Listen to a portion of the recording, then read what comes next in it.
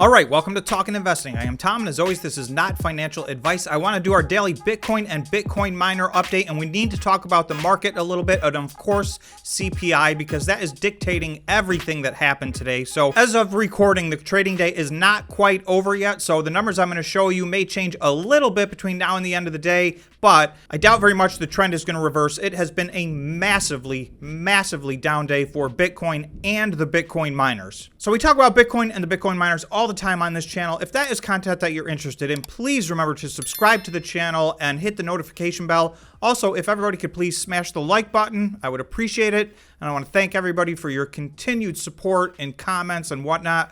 So, okay, let's talk about Bitcoin. I know probably no one's in a great mood right now, unless, of course, you were short the market today. So I'm going to start out by looking at where the US indexes are right now. And again, these are not quite the final numbers. There's still about a half an hour of trading left. So the S&P 500 right now is down almost 3.9%. The Dow's down 3.5%.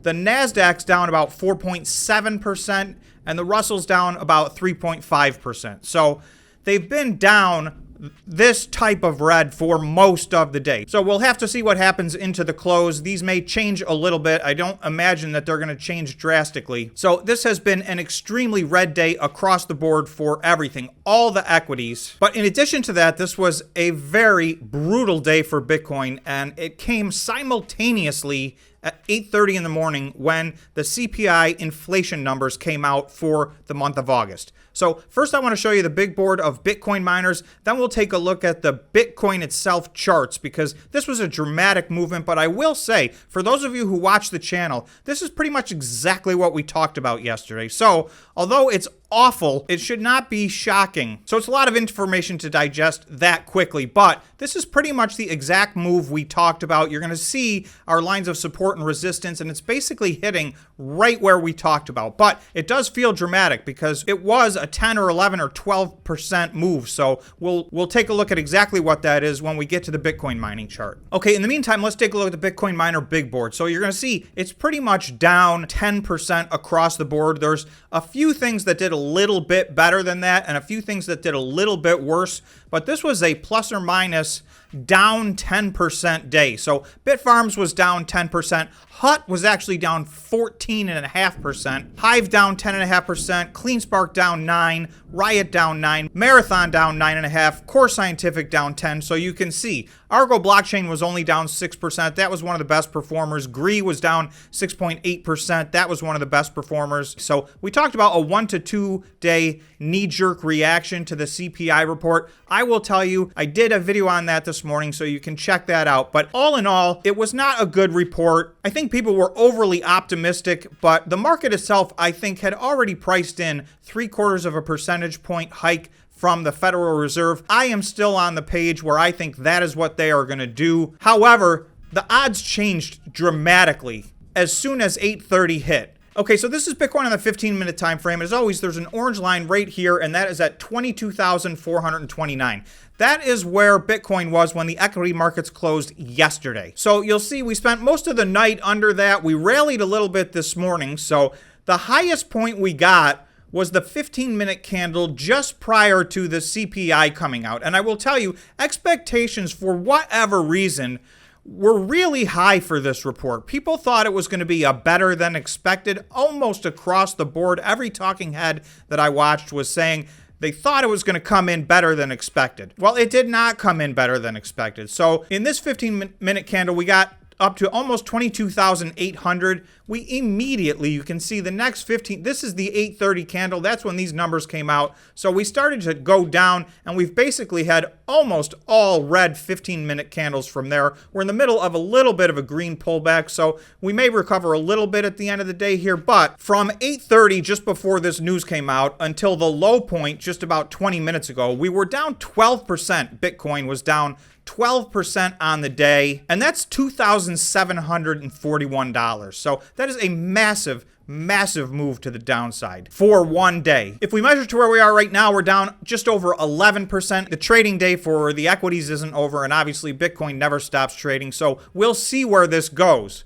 So yesterday we had specifically said, I had said that I'm expecting a pullback in the very short term, sometime in the next 24 to 36 hours. Well, I think we got that, and it came even maybe a little bit sooner than expected and a little bit faster. But we did talk about these two lines. So there's a blue line at around 20,700, and I was hoping maybe we would catch support there, but I did talk about the fact that this line at around just under 20,000. This was the high from the previous bull cycle back in 2017. So this is a very strong line of support. So we had talked about these two lines of support as potentially where we would be pulling back to kind of reset the daily RSI and reset some of the indicators so that we could take the next move up. Now, if the odds start to go in the favor of a 1% rate hike, that was not priced in. 75 basis points was priced in. 1 is a little bit more than that. So it may take a little bit longer to recover, and we may have a little bit more downside. So I'm still holding this price as the target, this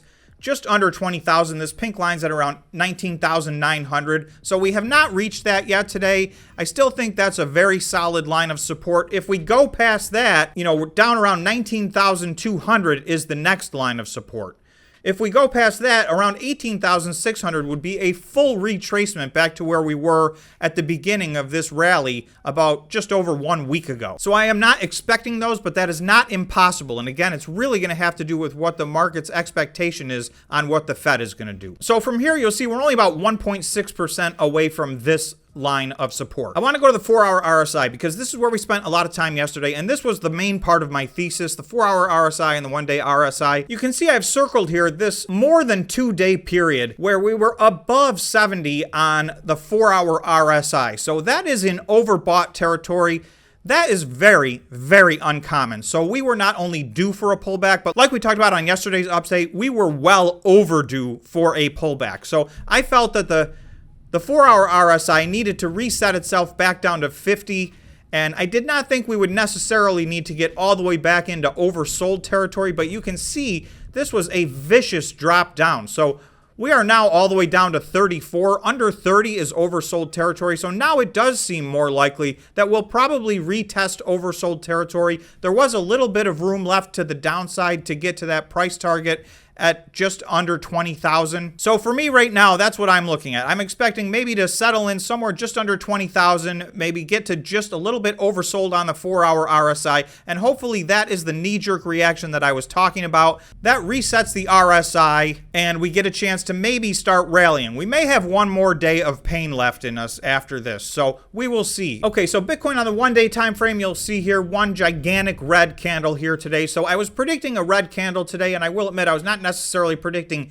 this red candle. I thought this would take a couple of days to maybe test this blue line at around 20,700 and then maybe this pink line at just under 20,000. But it seems like we got there all at once in one giant red candle. So we'll see if we get the rest of the way there. We may already be there by the time you watch this video. But the last piece of the puzzle I want to look at is you'll see if I zoom out and we take a look at the 1-day RSI, we have a line here at 61. Since April 5th, this has been a solid line of resistance. So you can see, obviously, we got rejected at this line again, and we are back under 50 on the daily RSI. So I think we're probably reset here, and what I talked about yesterday is that we would maybe bounce around between about 40 or 45 and this line of resistance at 61.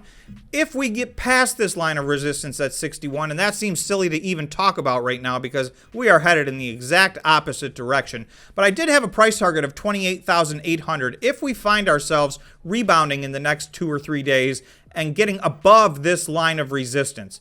But what's looking more and more likely is that this line of resistance is going to hold, and my price target for this relief rally was about $25,000. So I still think we will bounce back and recover, and sometime over the next couple of weeks get up to $25,000. However, we're going to have to keep our eye on this because obviously this was a violent move to the downside today. This move was fast, but you'll see even with this gigantic move, we are still in the green on the daily histogram, so that did not change. It does not look like we're heading towards a bearish crossover. We can go sideways a little bit on the MACD and be okay. So I do think that's what's going to happen. We had our bearish crossover on the 4-hour time frame. That can play out, and sometime in the next 24 to 36 hours, I'm expecting that to reverse. So we'll see where the bottom is. I'm still sticking to my same story. I know this looks very, very ugly, but it is very close to what we talked about yesterday, so I'm not panicking yet. So I'm going to leave it at that for now, and obviously we will definitely do an update tomorrow. So thanks so much for watching. Remember to subscribe and smash the like button. Thanks again, and we'll see you in the next video.